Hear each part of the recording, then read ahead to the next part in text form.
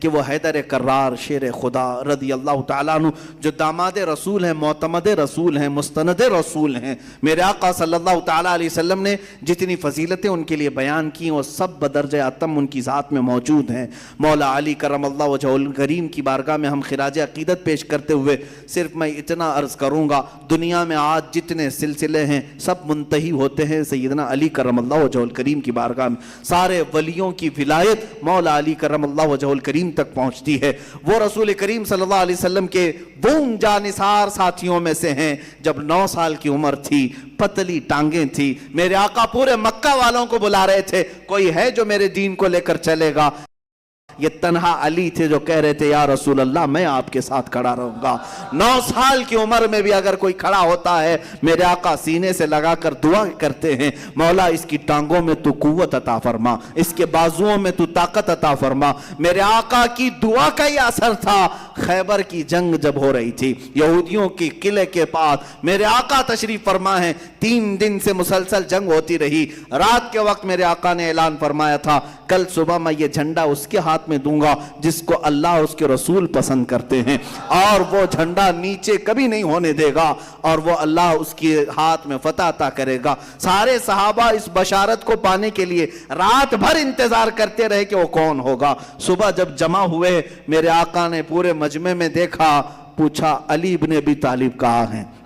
صحابہ نے کہا آقا وہ بیمار ہیں، آشوب چشم ہے، آنکھیں لال ہو گئی ہیں، بخار ہے۔ میرے آقا نے فرمایا بلا لاؤ ان کو، بخار کے حالت میں بھی۔ ارے خیبر کے جنگ کے موقع پر بخار زدہ آشوب چشم والے مولا کائنات کو بلایا گیا۔ حضور پاک نے اپنا لعاب پاک ان کی آنکھوں کے بیچ میں لگایا۔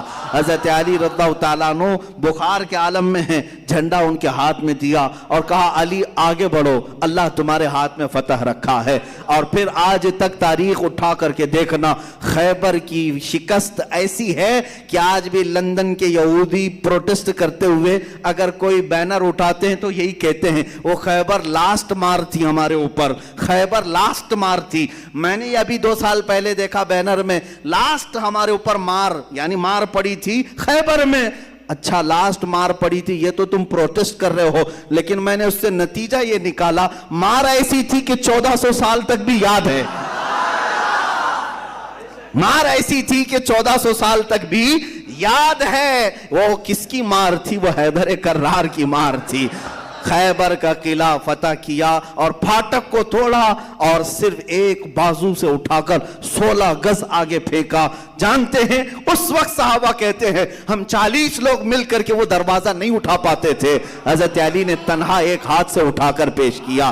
عزیزان گرامی، وہ حیدر کرار شیر خدا علی مرتضی داماد رسول، ان کی پوری زندگی پڑھو گے تو جتنی بزدلی دلوں کے اندر آتی ہے وہ سب نکل جائے گی۔ میں کہتا ہوں جتنے جبان ہیں، مجنون ہیں، پاگل ہیں، بزدل ہیں، ڈرتے ہیں، وہ ایک بار مولا کائنات کا نام لے کر کے تو دیکھیں۔ اور وظیفہ بھی دے کر کے جاتا ہوں، ڈر زیادہ لگتا ہے تو یوں کہو نعرہ حیدری، نعرہ حیدری۔ اس سے جذبے جوان ہوتے ہیں، دل مضبوط ہوتا ہے، بازوؤں میں طاقت آتی ہے۔ اس لیے کہ شیر خدا علی کرم اللہ وجہہ الکریم کو ہم نے دیکھا ہے، تاریخ میں یہ بتایا گیا ہے کسی بھی جنگ میں آپ قدم پیچھے نہیں لیتے تھے۔ بڑے بڑے مرحب کو وہاں پر آپ نے اپنی ایک تلوار سے مارا تھا، 2 ٹکڑے ہو گئے تھے، اور اس وقت آپ نے یہ کہا تھا انا الذی سمتنی امی حیدرا، میں وہ ہوں جس کا نام ہی اس کی ماں نے حیدر رکھا ہے۔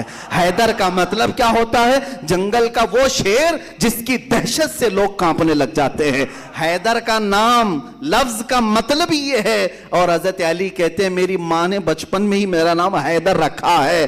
عزیزان گرامی، بڑے ہونے کے بعد میرے آقا نے ان کو اسد اللہ الغالب کہا ہے، غالب آنے والا اللہ کا شیر ہے، اور اللہ کا شیر ہم اسی کی تربت انور سے فیض لیتے ہوئے اللہ کی بارگاہ میں دعا کریں گے کہ مولا آج ہمارے جوانوں میں بازو حیدری عطا فرما، قوت حیدری عطا فرما۔ مولا علی کرم اللہ وجہہ الکریم کے قدموں کا واسطہ بزدلی ہمارے دلوں سے دور فرما دے۔